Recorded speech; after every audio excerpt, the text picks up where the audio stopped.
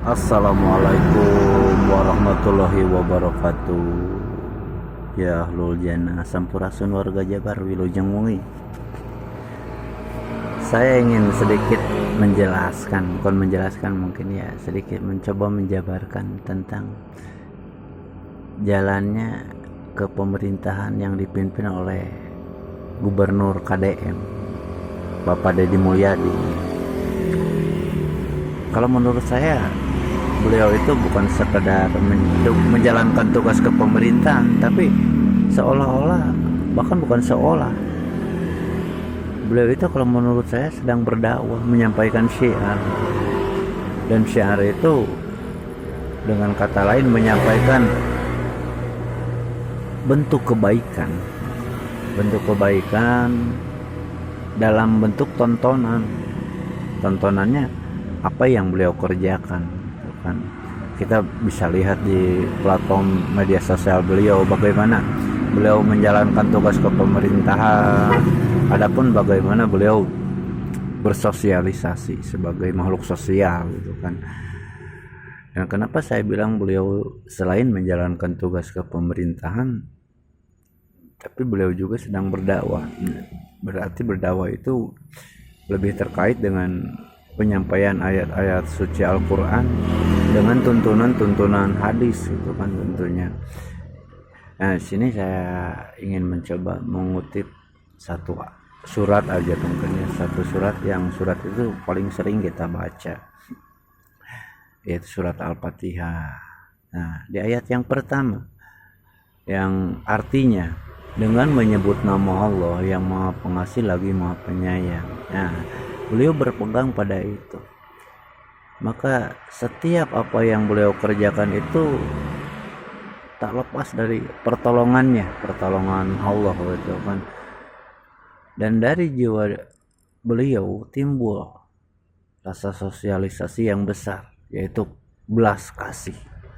Dan kita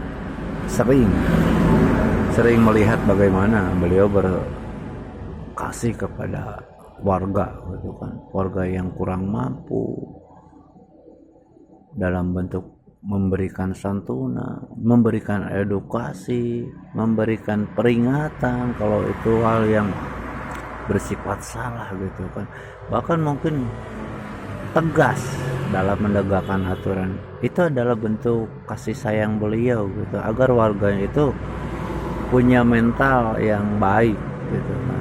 Jadi untuk ayat yang pertama dari surat Al-Fatihah itu beliau menunjukkan bahwa beliau itu memiliki jiwa belas kasih gitu kan. Sedangkan untuk arti dari ayatnya itu sendiri kan dengan nama Allah yang Maha Pengasih lagi Maha Penyayang, itu mutlak milik Allah. Maha itu mutlak milik Allah. Lanjut untuk ayat yang kedua yang artinya segala puji bagi Allah. Nah, di sini kita lihat kalau apa yang telah beliau kerjakan gitu kan, dari program-program yang telah selesai mungkin ya, ada transparansi, beliau netral dalam mengerjakan hal apapun. Dan pujinya itu sendiri apa? Beliau tidak ingin mengakui apa yang telah dikerjakan gitu kan dari program beliau. Beliau tidak mengakui kalau itu adalah buah kerjanya. Beliau lebih cenderung mengatakan kalau itu adalah kerjaannya Mang Totong, kerjaannya Kang Tatang gitu kan. Jadi itu secara simbol beliau tidak ingin mendapatkan puji apapun dari warganya, karena itu telah menjadi kewajibannya. Dan terlebih lagi kalau puji itu kan beliau sadar kalau segala puji itu milik Allah. Jadi kalau menurut saya gitu, dari apa yang telah beliau kerjakan, beliau telah menyampaikan dua ayat itu kan. Ayat yang pertama Bismillahirrahmanirrahim, dan ayat yang kedua Alhamdulillahirabbil alamin. Nah, kita juga telah tahu dan sering melihat di platform media sosial bagaimana beliau bersosialisasi tanpa ingin adanya pengakuan gitu kan, puji. Nah, untuk ayat yang ketiga Ar-Rahmanir-Rahim itu kembali kepada ayat yang bahwa Allah itu adalah Maha Pengasih Maha Penyayang gitu kan. Nah, di sini beliau mengajak kepada kita untuk saling memiliki jiwa rasa berkasih sayang kepada sesama. Ya setidaknya mungkin untuk lingkungan terdekat, entah itu keluarga, tetangga, atau lebih luas lagi gitu kan, sebagaimana yang beliau contohkan gitu kan. Jadi jelas dari 3 ayat ini kita melihat kalau beliau itu bukan sekedar menjalankan tugas kepemerintahan gitu kan.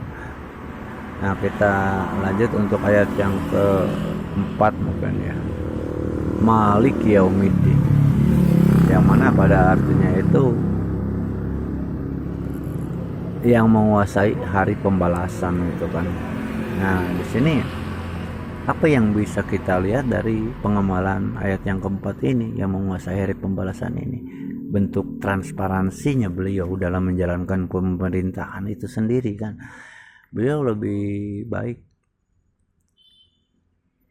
banyak saksi dari apa yang dia kerjakan, karena beliau sadar gitu kan, setiap apa yang beliau rencanakan, beliau programkan itu akan menjadi tuntutan di kemudian waktu gitu kan. Dimana hari pembalasan itu kita lebih cenderung kalau itu adalah hari kiamat, sedangkan kalau dijabarkan lebih lagi hari dan pembalasan itu gitu kan, harinya adalah setiap hari kita melakukan berbagai hal, dan setiap berbagai hal itu sendiri jelas harus dipertanggungjawabkan dan akan ada balasannya gitu kan.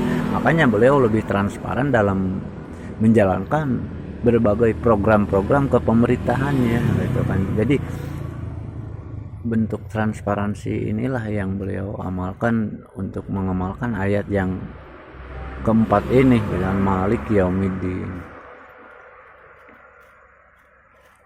Adapun untuk ayat yang kelima mungkin ya, iya karena budu wa iya karena stain. Nah, di sini dan hanya kepada Allah kita memohon pertolongan gitu kan. Nah, jadi yang mana pengamalan beliau dalam ayat yang kelima gitu kan, beliau itu mau meminta pertolongan kepada Allah itu dia tidak semata-mata tidak semata-mata sebagai pejabat memiliki kuasa bisa seenaknya, tidak.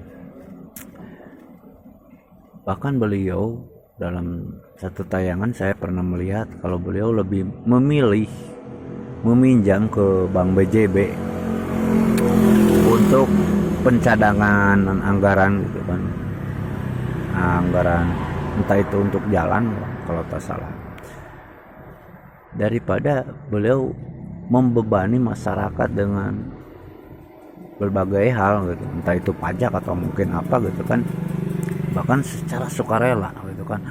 Saya lihat di komenan netizen kalau warga Jabar siap berdonasi gitu kan, demi membantu jalannya ke pemerintahan KDN. Yang kita lihat beliau itu begitu amanah gitu kan, jujur, transparan gitu kan, bahkan anti korupsi, saya yakin insya Allah. Nah, di sini beliau lebih memilih meminjam dengan menjaminkan masa jabatan beliau, tidak ingin membebani masyarakat, warga, karena beliau sadar itu adalah tugas kewajibannya seorang pemimpin gitu kan. Adapun untuk kita sebagai warga, ya sudah selayaknya, bahkan sudah seharusnya, bukan selayaknya, kita ikut masuk dalam jalannya ke pemerintahan itu sendiri dengan apa? Memenuhi aturan, taat pada aturan atau pada hukum yang telah ditetapkan oleh pemerintah itu sendiri, karena bahkan itu adalah satu keharusan bagi seorang yang mengaku beragama Muslim kan, itu ada hadisnya. Nah, di sini kita bisa melihat bagaimana Bapak Dedi mengamalkan ayat yang itu gitu kan. Iya karena budu, iya karena stain, dan hanya kepada Allah lah kita meminta pertolongan gitu kan. Dia tidak ingin membebani warganya dari apa yang telah menjadi tugas beliau. Nah, untuk ayat yang selanjutnya itu ihdinas syiratal mustaqim. Nah, di sini beliau meminta petunjuk jalan yang lurus itu bukan dalam artian jalan yang lurus benar gitu kan, itu mutlak kalau benar itu lurus itu benar gitu kan. Tapi di sini lebih terjabarnya begini, sesuatu yang lurus itu mana kita berjalan pada jalan yang lurus itu kita dapat menoleh ke belakang, apa yang telah kita tinggalkan masih dapat terlihat, jadi kita bisa memperbaiki apa yang belum pas atau belum baik, ataupun kalau sudah baik kita meningkatkan lagi kualitas kebaikannya itu sendiri gitu kan. Karena secara jalan yang lurus itu yang tertinggal masih terlihat, yang di hadapan juga sudah jelas apa-apa yang harus kita buat untuk kedepannya, entah itu dalam bentuk kendala atau dalam perencanaan gitu kan. Nah, ini kita bisa lihat bagaimana beliau memiliki ketegasan. Beliau memperbaiki apa yang telah tertinggal dari masa-masa kepemerintahan sebelumnya. Lantas beliau memperbaiki untuk kedepannya gitu kan. Bahkan kita sebagai warga mendukung apa yang beliau programkan. Dan untuk ayat yang terakhir itu siratal ladzina an'amta alaihim ghairil maghdubi alaihim waladdallin. Nah, ini untuk ayat yang terakhir jelas gitu kan. Jelas terlihatnya bagaimana upaya beliau memperbaiki setiap dampak dari yang tertinggal.